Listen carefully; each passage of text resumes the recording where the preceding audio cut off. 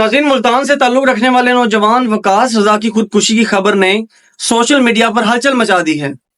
دراز قد، خوبصورت چہرہ اور با اعتماد شخصیت رکھنے والا یہ نوجوان بظاہر خوشحال زندگی گزار رہا تھا۔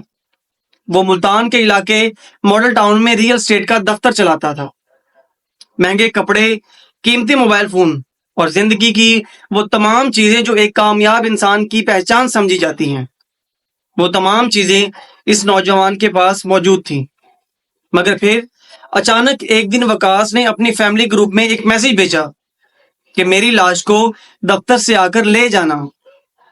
یہ الفاظ جیسے ہی گھر والوں نے پڑھے، جیسے ہی اس کے کزنز نے پڑھے، کیونکہ اس گروپ میں سب لوگ ایڈ تھے، سب ہکا بکا رہ گئے۔ اس کے کزن فوراً دفتر پہنچے، لیکن تب تک بہت دیر ہو چکی تھی۔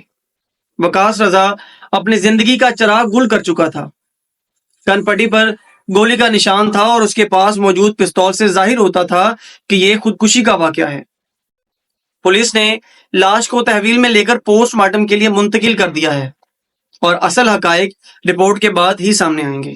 ناظرین، ویڈیو میں آگے بڑھنے سے پہلے آپ لوگوں سے ریکویسٹ ہے کہ اگر آپ لوگ میرے چینل پر نئے ہیں تو چینل کو سبسکرائب کریں، اگر ویڈیو اچھی لگے تو اس کو لائک کریں اور اپنے دوستوں کے ساتھ شیئر کرنا بالکل نہ بھولیے گا۔ ناظرین، اس نوجوان وقاص کی موت نے کئی سارے سوالوں کو جنم دیا کہ کیا وہ ڈپریشن میں تھا؟ کیا کسی محبت یا ذاتی مسئلے نے اسے اس حد تک دھکیل دیا تھا کہ وہ خودکشی کر لے؟ کیا وہ صرف بظاہر خوشحال تھا لیکن اندر سے ٹوٹ چکا تھا؟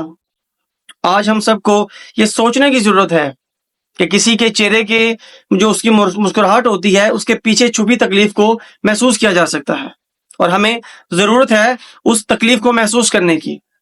ایک مرد جب ہوش سنبھالتا ہے تو اس کے کاندھوں پر ذمہ داریوں کا بوجھ آ جاتا ہے، اور اکثر یہی بوجھ اس کو اندر سے توڑ دیتا ہے۔